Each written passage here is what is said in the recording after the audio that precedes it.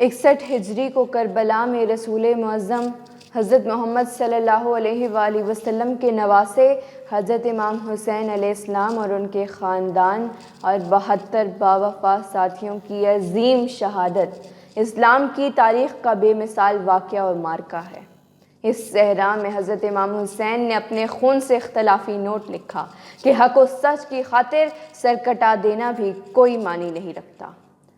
مختلف مذاہب و نظریات کے حامل اہل قلم و دانش نے اس واقعے سے اپنے لیے، اپنی تحریکوں اور اپنی اقوام کے لیے آزادی، حریت فکر، اصول پسندی، مذہبی بادشاہت اور استحصال پسندی کے خلاف انتہائی درجے کی مزاحمت اور سچائی کے لیے مال، جان اور ناموس کی لازوال قربانی دینے کا درس حاصل کیا ہے۔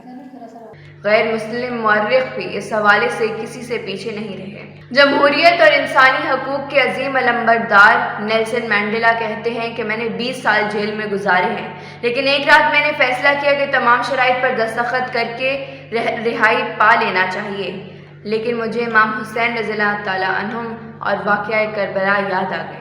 مہاتما گاندھی نے کہا تھا کہ اسلام کا پھلنا پھولنا تلوار سے نہیں بلکہ امام حسین ابن علی کی قربانی کا نتیجہ ہے۔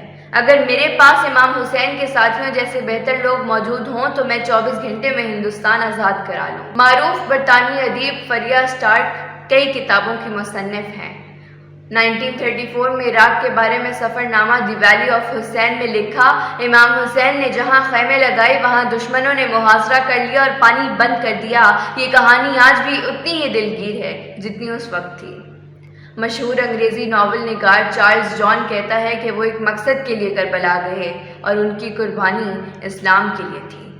کیمبرج یونیورسٹی میں عربی کے پروفیسر ایڈورڈ براؤن کے حوالے سے لٹریری ہسٹری آف پرشیا میں لکھا ہے، کربلا کا خون آلود میدان یاد دلاتا ہے کہ وہاں خدا کے پیغمبر کا نواسہ اس حال میں شہید کیا گیا جب وہ بھوکے اور پیاسے تھے۔ لبنان کے عیسائی مصنف اینتھنی بارا نے اپنی کتاب میں لکھا ہے کہ صرف مارکہ کربلا ہی ہے جس سے بہت سے اہم اسباق ملتے ہیں۔ فرانس کے معروف ادیب فارسٹ وکٹر ہوگو کہتے ہیں کہ امام حسین کے انقلابی اصول ہر اس شخص کے لیے مشعل راہ ہیں جو کسی غاصب سے حقوق حاصل کرنے کے لیے کوشاں ہے۔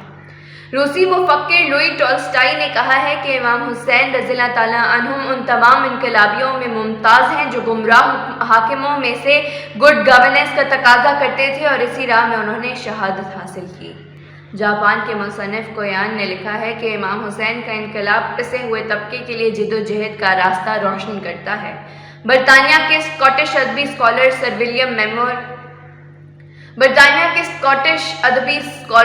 ولیم میمور کہتے ہیں کہ سانحہ کربلا نے اسلام کو انسانی ذہنوں میں زندہ رکھا ہے۔ امام حسین صرف ایک شخصیت کا نام نہیں بلکہ ایک نظریے کا نام ہے، ایک اصول اور ایک نظام حیات کا نام ہے۔ آپ کا تعلق دنیائے انسانیت سے ہے، اسی لیے شاعر انقلاب جوش ملی آبادی فرماتے ہیں، انسان کو بیدار تو ہو لینے دو، ہر قوم پکارے گی ہمارے ہیں حسین۔